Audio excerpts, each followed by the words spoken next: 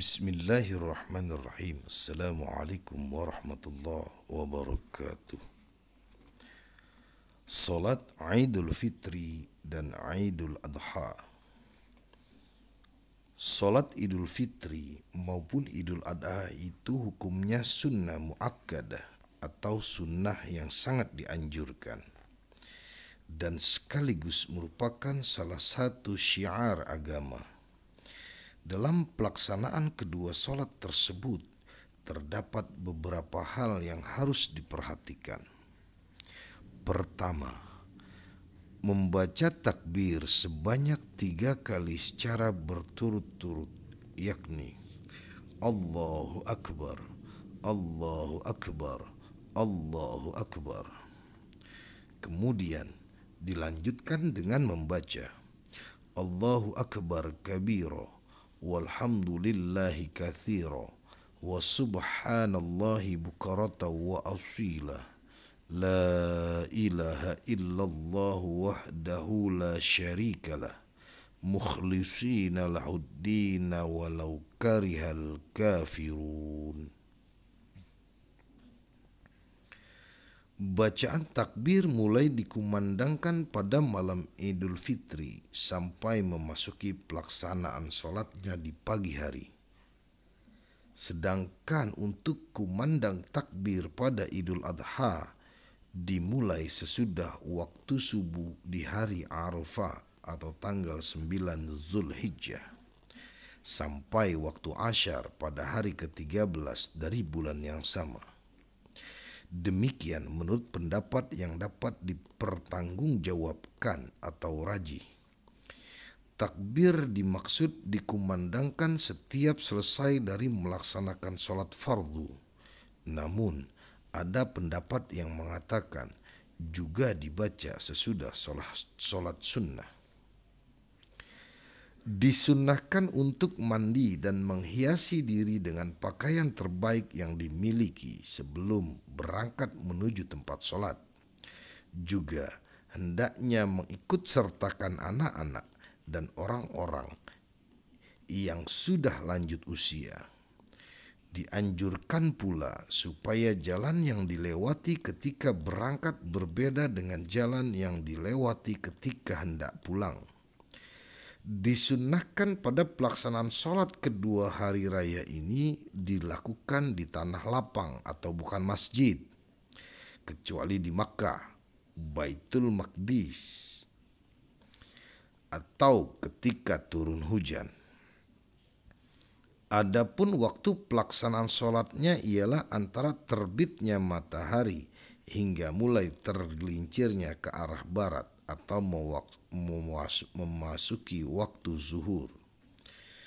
Sedangkan waktu untuk menyembelih hewan kurban pada Idul Adha ialah setelah berakhirnya pelaksanaan sholat sunnah Id 2 rakaat dan bacaan 2 khutbah sampai akhir dari hari ke-13 atau menjelang maghrib.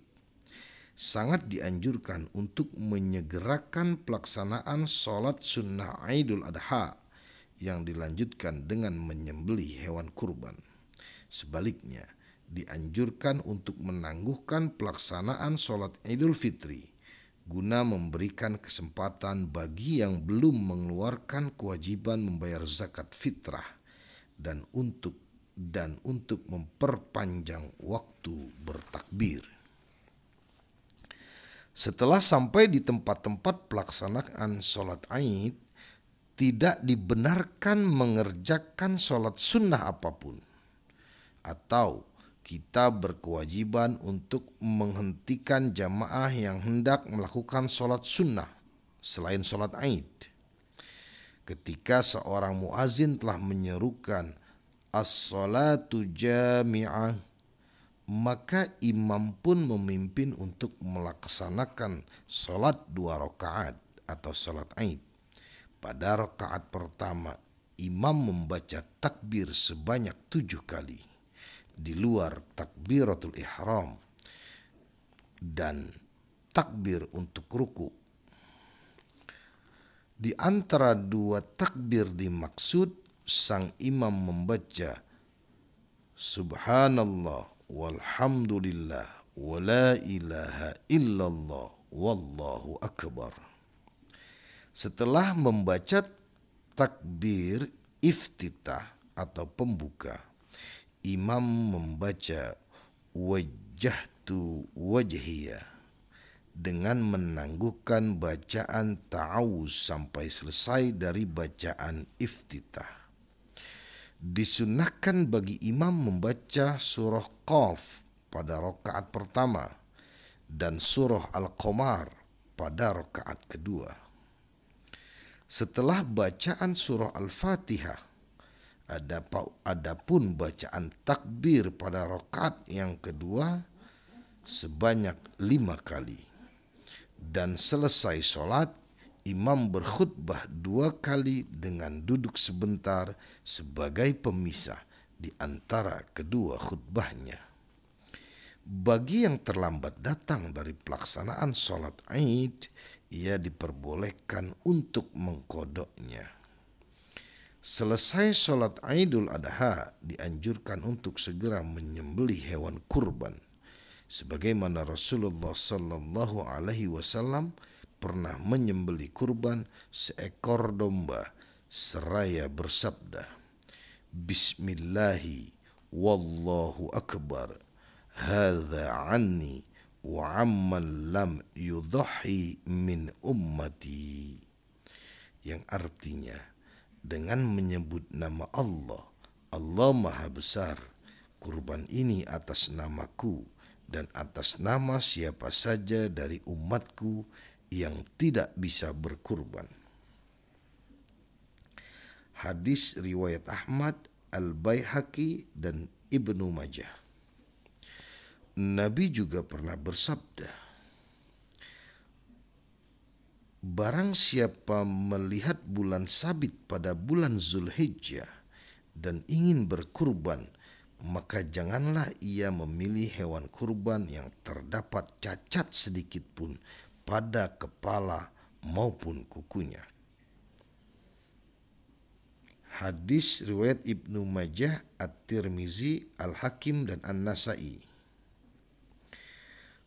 Penjelasan dari hadis ini ialah, siapa saja yang mendapati bulan Zulhijjah dan ingin melaksanakan perintah berkurban, maka hendaklah ia selektif di dalam menentukan hewan yang akan dijadikan sebagai kurban, serta membelinya sebelum pelaksanaannya atau di awal-awal bulan Zulhijjah.